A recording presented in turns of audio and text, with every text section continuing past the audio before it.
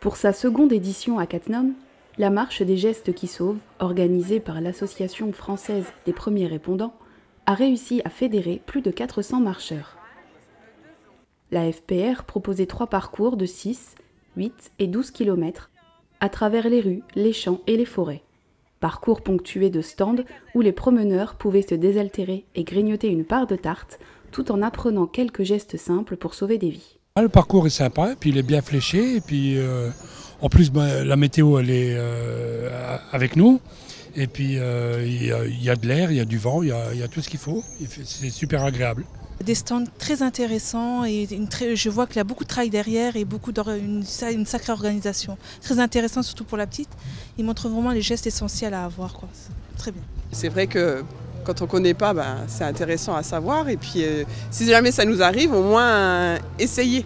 Parce qu'il faut retenir après, parce qu'il y a quand même plusieurs stands et puis du coup, il faut pouvoir tout retenir. Très bien organisé.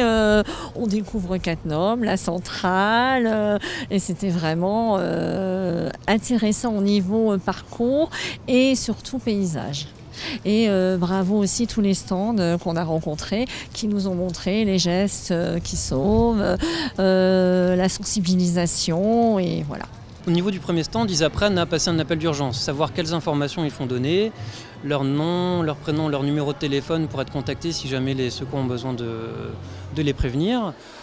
Éventuellement, s'il y a un étage, un interphone, des choses comme ça, pour que les secours sachent précisément comment intervenir. Au niveau du second stand, ils apprennent à protéger une scène d'accident, ne pas se mettre eux en danger et puis que les victimes ne subissent pas de suraccident. Au niveau du troisième stand, ils apprennent à gérer une hémorragie avec ski et garrot, pansement compressif, des choses comme ça. Et ensuite, ils apprennent à gérer une inconscience, la position latérale de sécurité que la plupart des gens connaissent. Et au niveau du gymnase, ici, ils peuvent s'initier au massage cardiaque et à l'utilisation d'un défibrillateur. Chaque stand est géré par des associations de sécurité civile, comme on a les sapeurs-pompiers de Cattenom, on a l'Union départementale des sapeurs-pompiers, la protection civile, la Croix-Rouge. Et donc ces stands sont tenus par des moniteurs de secourisme qui initient les participants à la marche à ces gestes de premier secours. À l'issue du parcours, chaque marcheur s'est vu remettre un diplôme ainsi qu'un bon de réduction valable pour toute inscription au certificat de prévention et secours civique de niveau 1, appelé couramment PSC1.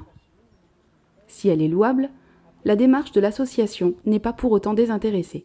En effet, depuis sa création en mars 2016, l'AFPR travaille sur une application en lien direct avec les compétences de secouristes des gens qui nous entourent. L'application, ça va surtout être un outil. Ça va être l'outil d'un réseau de secouristes de proximité. L'idée, c'est d'améliorer le taux de survie dans le cadre de l'arrêt cardiaque, sachant qu'actuellement, le taux de survie en France d'une personne qui est victime d'un arrêt cardiaque, c'est environ 5 à 7%. Donc il y a une bonne marge de progression. Et la problématique est que le temps moyen d'intervention des secours, donc pompiers, SAMU, est d'environ 9 minutes. Dans le cadre de l'arrêt cardiaque, une fois qu'un cœur est arrêté, on sait que chaque minute de perdu, c'est 10% de chance de survie en moins. Donc chaque minute, voire chaque seconde compte. Donc le principe de ce réseau de secouristes de proximité, c'est de gagner ces secondes qui sont précieuses. Alors comment ça fonctionnera concrètement ? On garde la chaîne de secours classique, c'est-à-dire pompiers, SAMU sont prévenus dès qu'un arrêt cardiaque survient. Par contre, on essaie de déclencher des personnes qui seraient déjà formées à faire des gestes de premier secours, du massage cardiaque, de la défibrillation, qui seraient géolocalisés au moyen de notre application qui sera l'outil. L'initiative est soutenue par plusieurs villes, associations et enseignes, mais aussi par le ministère des Solidarités et de la Santé. Cependant, la création d'une application reste un travail onéreux et nécessite de nombreux ajustements avant de pouvoir être mis à disposition du public. On avait tablé sur un budget d'environ 45 000 € pour une application qui était de base avec pas des fonctionnalités très avancées. Donc c'est un coût assez important, surtout à partir du moment où on utilise des fonctionnalités de géolocalisation. Nous avons pris un chemin différent, c'est-à-dire qu'on n'est pas la première plateforme à exister. Il y a d'autres plateformes qui développent ce genre d'application. Nous nous sommes rapprochés d'eux, mais nous n'avons pas pu travailler avec ces personnes-là. Par contre, là, nous travaillons avec la plateforme YCN, qui signifie You Care Now, qui a développé une application en marque blanche, qui met à disposition, on va dire, gratuitement aux personnes qui souhaitent l'utiliser, et qui permettent de développer ces fonctionnalités de géolocalisation de personnes formées aux gestes de premier secours. Dans sa phase finale de développement, l'application devrait être disponible au téléchargement dès le mois de septembre pour la plus grande satisfaction des marcheurs et bénévoles d'associations. Moi-même, j'ai déjà eu des soucis cardiaques, j'ai déjà fait un infarctus, donc vous voyez, c'est pas pour rien que je suis là aussi. Je sais que les minutes sont très très importantes et ça peut sauver des vies. Oui. Surtout protéger la personne et surtout le cerveau, quoi, hein. Si la personne est en arrêt, avoir les premiers gestes, c'est très important. Moi, je suis dans une association, donc l'association Les Dames de Cœur.